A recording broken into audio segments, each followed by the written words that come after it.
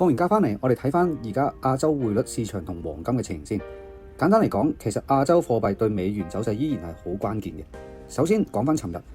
香港金管局再次出手干預市場，規模都唔細嘅。而只要中央銀行出手，基本上代表市場出現咗一啲唔尋常嘅變化。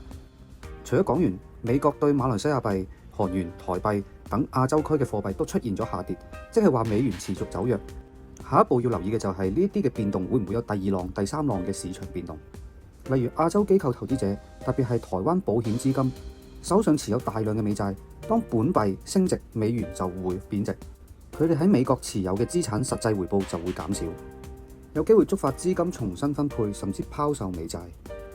而喺黃金方面，假期前我一直預期，因為中國投資者唔喺場，咁黃金嘅需求就會稍為回落。實際上都見到黃金已經連跌咗幾日，但之後呢，黃金就係因為亞洲貨幣走強，美元走弱，再加上避險情緒升溫，黃金就出現咗一個反彈啦。尤其係當投資者面對高波動市況，會選擇買入黃金作為避險。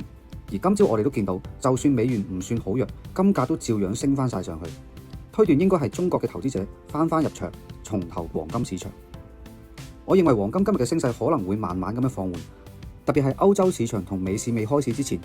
市場應該會等埋聯儲局議息嘅結果。咁喺結果未出之前，應該就唔會有太大嘅方向性嘅交易啦。總括嚟講，黃金而家嘅階段係受惠於美元走弱同埋避險資金支持，但方向仍然要睇住聯儲局嘅動向。今日剩低嘅時間可能係偏向觀望為主。如果你覺得內容清晰又幫到你睇市，記得俾個 like、subscribe 我嘅 YouTube channel 同埋分享俾你關心市況嘅朋友。